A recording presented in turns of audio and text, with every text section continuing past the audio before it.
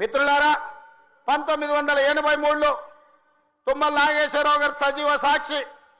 ఆనాడు అన్న పెద్దలు నందమూరి తారక రామారావు గారు యువ న్యాయవాదిగా జగిత్యాలలో న్యాయవాది పదవిని బాధ్యత నిర్వహిస్తుంటే పిలిచి భుజం తట్టి నీకు ఎమ్మెల్యే టికెట్ ఇచ్చి నీకు ఎక్సైజ్ శాఖ మంత్రి ఇస్తే సంవత్సరం తిరిగే లోపలనే అన్న ఎన్టీఆర్ను వెన్నుపోటు పడిచి నాదెండ్ల భాస్కరరావుతోని జట్టు కట్టిన నువ్వు నాదెండ్ల భాస్కరరావు సోపతిని వదిలి కాంగ్రెస్ పార్టీలకు వచ్చి 40 సంవత్సరాలు పూర్తయింది.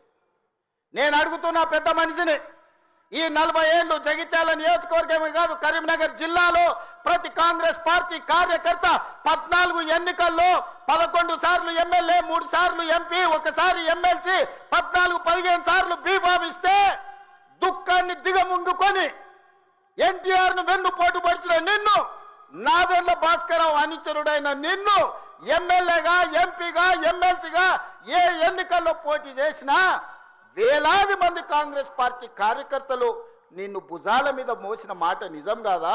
పల్లకిలో అసెంబ్లీకి పంపిన మాట నిజం కాదా? మిత్రులారా, 40 ఏళ్ళు నీ కోసం, నీ పదవి కోసం, నీ కుటుంబంలో జడ్పీటీసీ, ఎంపీపీ ఏ పదవి వచ్చినా నీ కుటుంబానికి ఇచ్చుకున్నా జగిత్యాల కాంగ్రెస్ పార్టీ కార్యకర్తలు మౌనంగా నీ కుటుంబానికి ఊడిగం చేసిన మాట నిజం కాదా?